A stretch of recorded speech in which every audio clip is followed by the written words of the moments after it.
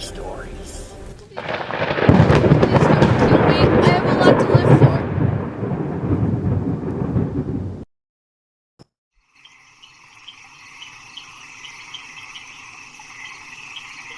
A few years ago, while on winter break from university, I was staying in my hometown with my family. I had an extended break from school, longer than other friends in college, and I wanted to get out of my house. I had been speaking to a guy a few years older than me, and he invited me over to his place. I met him through a combination of mutual friends and social media. I figured since he knew some of my friends, he wouldn't do anything crazy. I showed up to his apartment, and one of the first things I noticed is a baseball bat, haphazardly studded with nails. He jokingly opened the door with it in his hands. I start to get nervous. All ends fine, though. We watch TV, chat, play with his dog, and everything else seems normal, albeit very boring. We fuck, and I leave in one piece. He ghosts me for about 3 weeks after that, while claiming he's sick. He ditches plans we made, and I move on. The night before I leave for university, he told me he found something of mine. Very, very important thing I had left there on accident. I quickly drive over late at night in hopes to just grab it and go. I do manage to get it, but not before he breaks down crying about how much he misses me. He's clearly upset I'm leaving. Even though he had been ignoring me for 3 weeks, he said he made a huge mistake by not seeing me sooner and by flaking on our plans. Very weird, and I'm incredibly uncomfortable.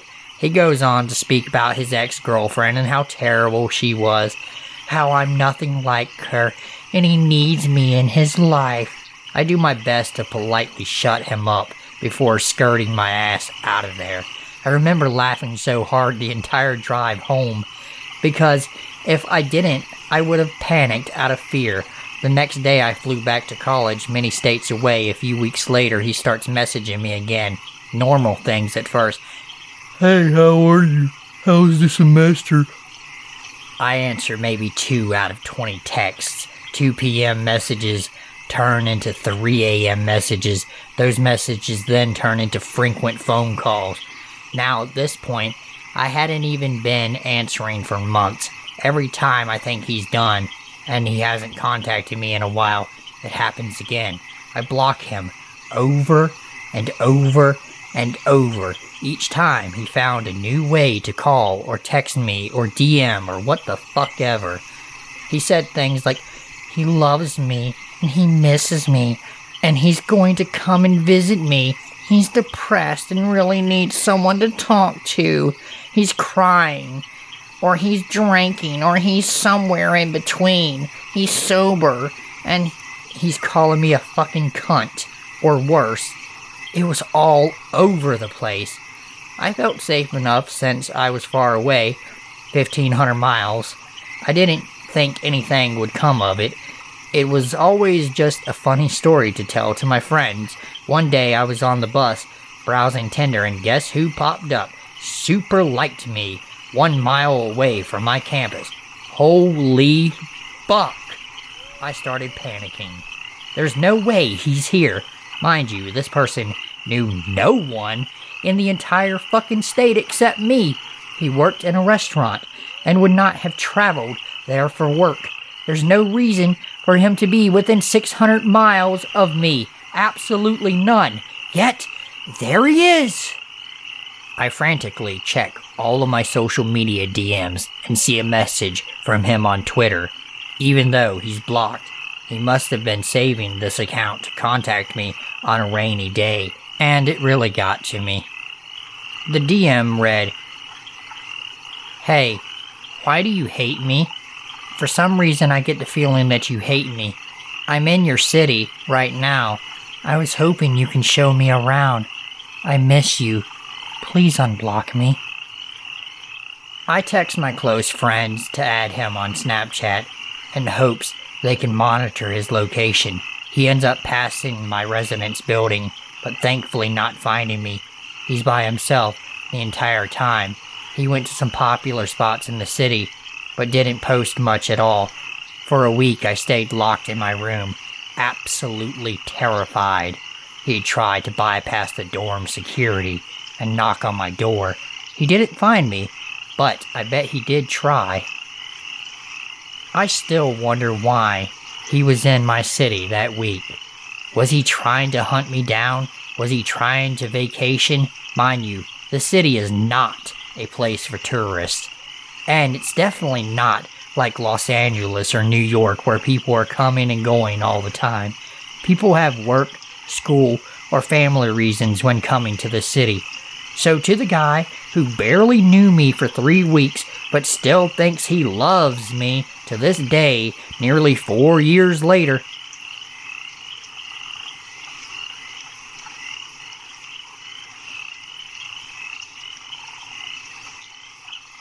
When I was about 16, my mother told me a friend of hers needed a babysitter, and I was more than willing to take the job because I could always use the extra cash. I have a very close relationship with my mother, so I had complete trust in this friend of hers, since my mother doesn't trust just anyone. So I began to babysit for her 10 and 7-year-old daughters. The oldest had a major attitude, but after I became the regular sitter, she wasn't as difficult to deal with. If you are curious as to why I am sharing this, it's a vital detail to the story. Let's fast forward several years. I am about 19 years of age now. I know this because I had graduated high school the year before. This was a major detail in my life, so it's all very vivid in my mind. I hadn't babysat for this family for about 2 years by this time. I was pretty much busy with going to college, working my part-time job, and spending my spare time with my family and close friends. One day my mother approaches me and asks if I would be willing to befriend a girl that her parents felt needed socialization. She gave me a few details before I decided on what to do. She told me that the girl that she wanted me to befriend was one of the girls that I used to sit for. I asked her who she was referring to because I sat for several families when I was a full-time sitter. She told me who it was, and I was slightly hesitant because of the attitude she had when I first met her, but I was always open to helping other people in any way I could. I began to get together with her every once in a while. I would invite her to small gatherings with some of my other friends, but only if they were younger ones with us, like their little sister or something. I was always in groups of people of various ages, usually around the age of 13 plus, and always with both guys and girls. My older friends and I, sort of the big sisters of the group, so that's why we were always happy to have those type of get-togethers. She slowly opened up to me. She began to share with me that she was dealing with depression and often felt that she was unloved by her family and friends. She also told me she had contemplated suicide and was cutting herself. Well, the reason I took to her more than the other younger ones is because I had dealt with those same exact thoughts and feelings when I was around her age. So I wanted to do my best to give her a listening ear and a shoulder to lean on. I would give her some advice, anything I thought would benefit her. Once she felt she could trust me, I tried to broaden her horizon, but things slowly would take a strange and eventually sinister turn. Now, when I would try to invite her to our usual get-together and social events, she seemed very standoffish. I was a little surprised, but not too much because I knew how difficult things were for her, and it did take her some time to warm up to people. Eventually, she began to try and drag me along with her when she had one of her "I don't want to be here" attitudes. For example, when we would go to the house of another friend of mine, there would be maybe 6 to 8 of us total, and we would watch movies or do something else.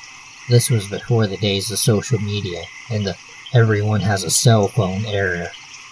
She seemed to want to go, but as soon as we got to wherever it was we were, she wanted to leave, she would pull me aside and say, "I don't want to be here. Let's go." At first I was kind and would tell her, "Come on, let's just stay for a little while, and if you don't want to stay, we will leave." I soon learned that she didn't want to stay, even if we all were having a great time. Eventually she kept pulling me aside whenever we were in a group setting, so I just eventually stopped inviting her altogether because all she wanted to do was leave, no matter what the circumstances were. I mention this because it's another vital part of the story. I would just spend time with her once in a while, just her and I. She began to call me on a daily basis. It started with 2 to 3 times a day, and eventually it got up to 7 to 10 every single day.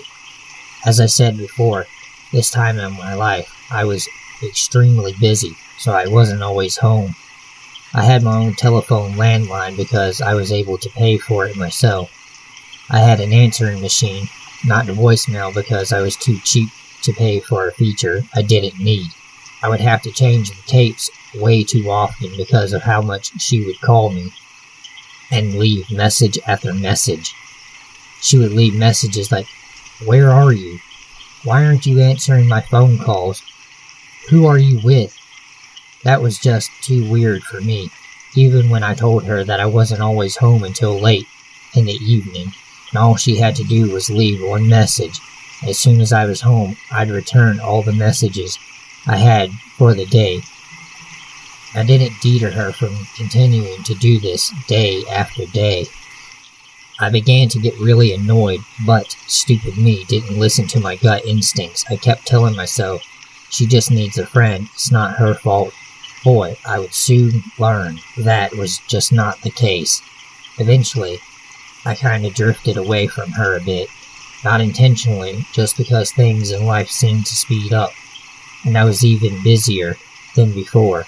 I would have very few times that I could get together with a friend or two, possibly going out to eat, shopping at the mall, or maybe seeing a movie. Out of nowhere, she began showing up wherever I was, and no, I didn't tell her where I was going or who I was with. Like I said, I had pretty much drifted away from spending time with her.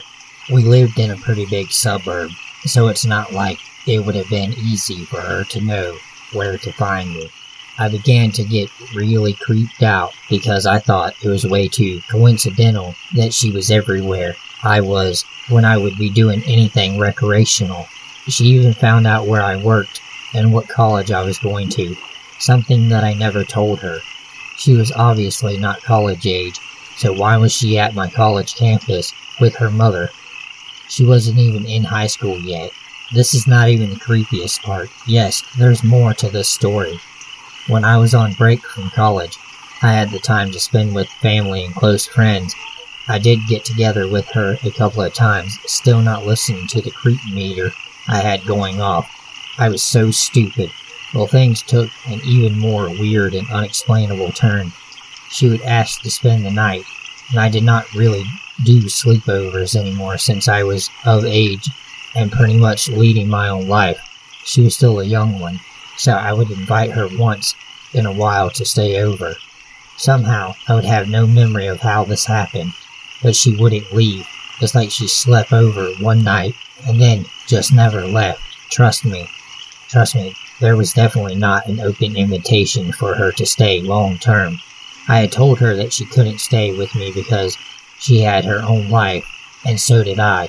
She got very angry with me, and for several days refused to leave. Thankfully, I was still living at home, and my mom had to step in and pretty much tell her bluntly to get out. She had a little temper tantrum that night, but she did end up leaving. By this time, I had been fed up with her irrational and erratic behavior. I was avoiding her like the plague. I didn't call her back. If she was somewhere I was, I would duck into hiding, so to speak, and try to lose her in a crowd. That did not stop her from increasing her strange behavior. Her family even did some things that I feel sort of helped her to stalk me more. Now, this is not something I am making up. This actually happened to me. She moved to a street around the corner from where I live. Now that's not the scary part. Her and her family moved into a house, which from her living room window, you could see directly into our backyard, and from there, you could see the window to my bedroom. Yes, this happened. I only know this because I found out where she had moved, and my mom was still friends with her mother, so I remember going over there once when she wasn't home, and when I looked out their living room window, I could see our house, my bedroom window, from our backyard. I got the chills when I saw that. When we got home, I informed my mom, who was so busy socializing that she didn't even notice. That's when my mother tried to talk to her mom and tell her about the situation. Her parents just ignored my mom's warning. My mom tried to ask them to talk to her about backing off. Well, that didn't happen. Things just escalated from there. Her mom even tried to convince me to stay friends with her and wanted to pretty much pawn her daughter off on me. I don't even remember what she said to try and convince me. I just remember saying to myself, "Okay, lady, you're just as nuts as your daughter."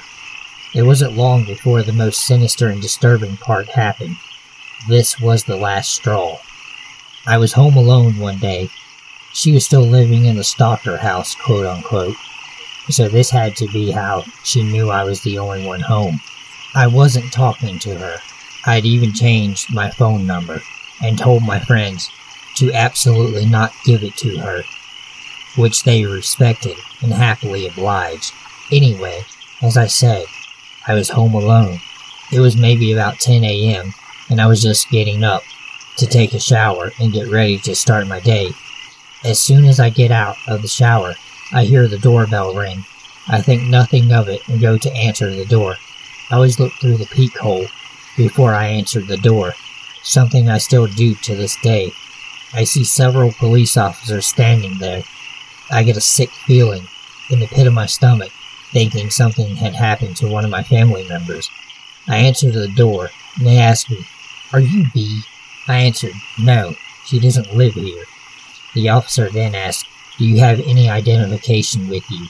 Which I answered, "Of course, it's in the back of the house. I've got to get it." Now mind you, I am totally confused as to why they are at my door, and why they are asking me for my ID. The officer then proceeds to tell me that he has to come with me when I go into the back of the house. I just nodded in agreement, but still confused as to what was going on. So when I go into my bedroom, I grab my ID and show the officer who I am. He just says, "Okay, thank you. May we sit down for a moment and talk to you?" I, of course, agreed and motioned him back into the living room, where the other officers had joined us. We sit down, and they tell me that they are receiving anonymous phone calls, that there was a young lady that lived at my address by the name of B that was extremely suicidal and may have already taken her life. I just sat there for a moment in complete shock. I told them that she used to be a friend of mine, but that I hadn't talked to her in quite a while, but that she absolutely did not live there. They asked me if I had any contact information for where she was. Thankfully, I still had her info on hand. I then gave her contact information, telephone number, and home address. They thanked me for my time and left. I thought that that was the end of it, not by a long shot. After they leave, I call my mom immediately. She proceeded to tell me to come to her workplace until I had to go to my classes for the day. I hightailed it and drove to her office. Since she owned the business, it was no problem for me to stay there for a few hours. I stayed there until I had to go to class, and then went on with the rest of my day, although I was still shaken up a bit. All of my close friends knew about the situation by this time because her behavior was way too psychotic for me, and I was going to do whatever I needed to, so I would be safe.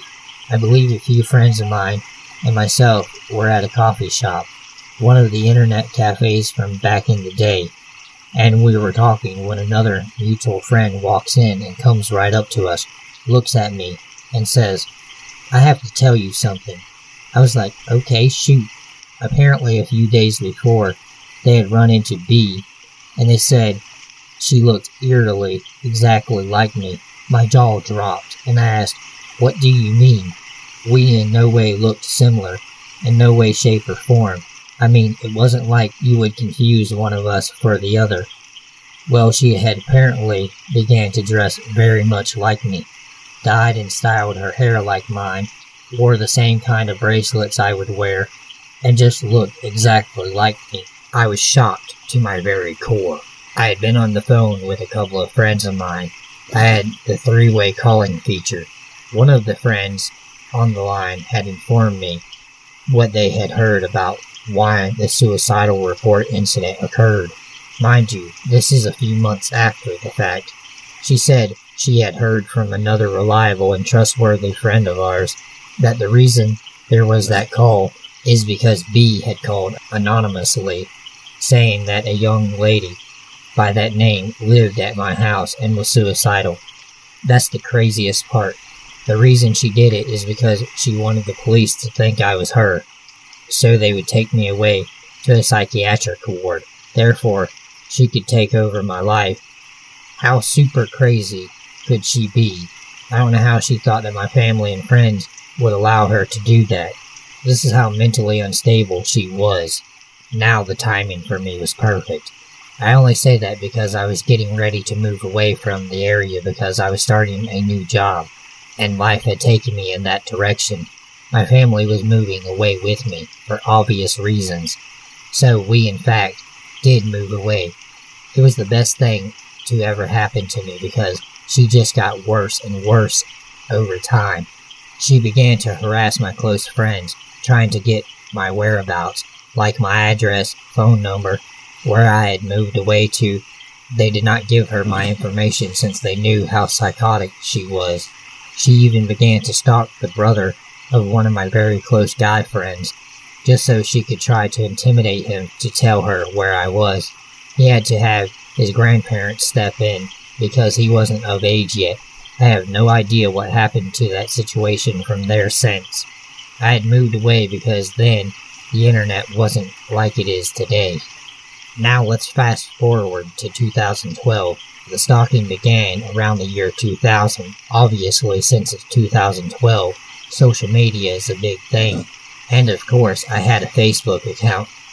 I did not even think of my privacy because, to me, all of that was long behind me, and I had eventually forgotten about B. One day I go to sign on and take a wild guess as to who tried to friend me on Facebook. My heart sank for a second. Then, the first thing I did was delete her request and block her fast. Thinking I had taken care of the eerie online encounter, I was wrong yet again. She began to have her friends message me, asking me why I did not accept her request. Why did I block her? Blah blah blah. I blocked each and every person that contacted me until the messages just eventually stopped. Not quite the end yet. The last run-in I had with her online was when she tried to contact me through every single social media account I had, Twitter, Instagram, etc. I blocked her, of course. She then proceeds to try and make fake accounts using my photo and name. I thought, okay, little miss crazy, I'll fix your fanny. As you must know, by now I am more assertive and didn't take any kind of craziness from anyone. I had all the fake accounts closed by reporting them to all the social media outlets, but not before getting as much information as I could, reporting her to the proper authorities. Thankfully, I had documented everything that happened in the past and kept it all stored away. Once I got the reports out, the contact stopped. I also changed my name that I used on every social media account that I have. Instead of using my legal name, I use an alias instead. This is still one thing she does not know about me. No one except for my immediate family knows this little fact. I also put everything on super private and have set some super high security measures. May 2016, I turned my phone on like I do every morning, and after my phone loads up, it says no service. I knew there had been a mistake, so I called the phone company, asked them why my phone had no service, since I had just paid my bill. They looked on their system and proceeded to tell me that in their notes they received a call a few hours earlier that morning from a young lady. They assumed it was me, I guess, and she said that she had a new phone and that the number needed to be transferred to this new phone.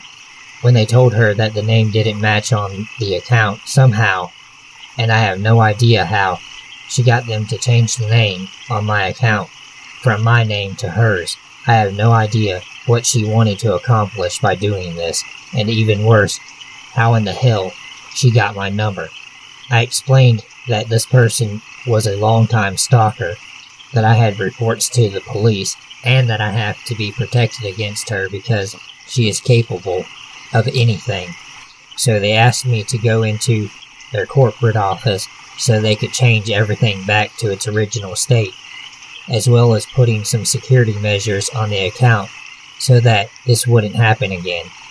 Now, since then, so far, I haven't had any incidences.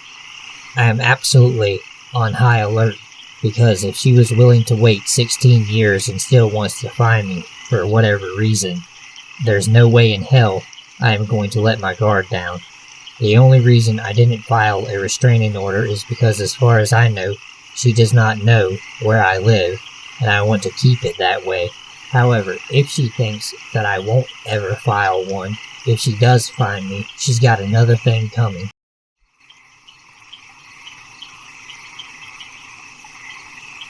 I recently learned some chilling details about a person that was heavily involved in my life as a child, and I thought I would share the story. Throughout my childhood, I was extremely shy and did not find myself going out of my way to make friends in new settings. I had recently started preschool at my grandmother's church, and I remember being on the playground playing by myself when a woman introduced herself to me. Her name was Candy, and she looked like any other sweet old woman. She almost reminded me of my own grandmother, with her abundance of white curls on her head. Candy was a volunteer at the church and typically watched over the children while they played, so we could see each other fairly often. I can't remember much about the start of this friendship, but I presume one thing led to another before I was frequently spending time with her in and out of school. My parents were grateful to have someone who was interested in watching me, as I was the youngest of three and my parents worked full-time while also taking my brother and sister to and from school, sports, or to their friends' houses, so having a helping hand was a blessing for them. To be honest, I don't remember too many details about spending time with Candy, but I suppose we spent our time frequenting ice cream shops, parks, etc. I do have one memory of going to her house where I had never been before, and as she was showing me around, I remember passing through the dining room and seeing another girl who looked to be around 10 or 12 years old. Candy introduced me to her and told me that she lived down the street and would spend a lot of time at her house. I am not sure why, but I remember being jealous. I guess I was jealous that Candy also cared for and spent time with another little girl. I had never felt that way before, and I'm not sure why. I remember that so clearly. For some reason, that was the only time I went to her house. Fast forward a few years, and I am in first grade. I had totally forgotten about Candy, and had not seen her since I graduated preschool. 2 years prior, my neighbors, who I carpooled to school with, had dropped me off at my house after school one day, and I spotted a Target grocery bag hooked to our front door. I wasn't sure what it could be, or why my brother or sister didn't bring it inside when they arrived home from school an hour or so before me. Once I took a look inside, I noticed writing on the bag indicating that there was a gift inside for me from Candy. I ran up the stairs to my room, and to my surprise, there were several adorable, brand new outfits inside just for me. I immediately tried them on and was so excited to show my mom when she came home from work. After my mom got home, I eagerly showed her the outfits that Candy had left for me. Unfortunately, my mom was not as excited as I was. In fact, she was quite angry. She yelled at me to take them off, and that she would be returning them to Candy. I was so confused as to why she was upset with me. What did I do wrong? These were free clothes, a gift. Wouldn't it be rude to return a gift to someone? To avoid being punished, I put the clothes back in the bag and handed them to my mother. We never spoke of this again, and Candy slipped my mind for the next several years. A few years ago, my sister was home visiting from college, with nothing else to do. We decided to go to Target to shop for useless things we didn't need. As we were walking through the parking lot, the thought of the Target bag from Candy randomly dawned on me. I proceeded to laugh and ask my sister if she remembered, and if she knew why my mom was in such an awful mood that day to force me to give the clothes back to Candy. My sister stopped dead in her tracks and said, "Wait, do you not remember what Candy did to us?" Taken aback, I shook my head and begged her to tell me what had happened. She refused to talk about it and told me to ask my mom. Once again, the thought of Candy slipped my mind, and I didn't remember to ask my mother about what happened until I was in college a few years later. We were saying goodbye to my grandmother after grabbing lunch when she mentioned to my mom that someone's funeral was that weekend. They then sat in silence for a few minutes, just staring at each other. After my grandma left, I asked my mom who they were talking about, and she informed me about Candy's death. The realization that I had never heard the true stories about this woman crossed my mind, and I asked my mom about what my sister refused to speak on. My mother proceeded to relay the horrible stories to me about the little old woman that tried to take me away from my family and was someone that they trusted. However, Candy's intentions were questioned by my grandmother, who shared a few of her concerns with my father. After hearing some odd stories from her at church, she felt as though something was off with Candy, and she didn't like that I spent so much time with her. Coming from a woman who never had a negative thing to say about anyone, my father became slightly weary of Candy, but he assumed that my grandmother was just being overly cautious. After some time of Candy watching over and babysitting me, her demeanor changed, and she started acting possessive of me. She would show up unannounced to our house asking for me, and if I wasn't there, she would become incredibly angry and yell at my parents about how awful they were. She would continuously tell them that they didn't deserve me, and only she was worthy of taking care of me.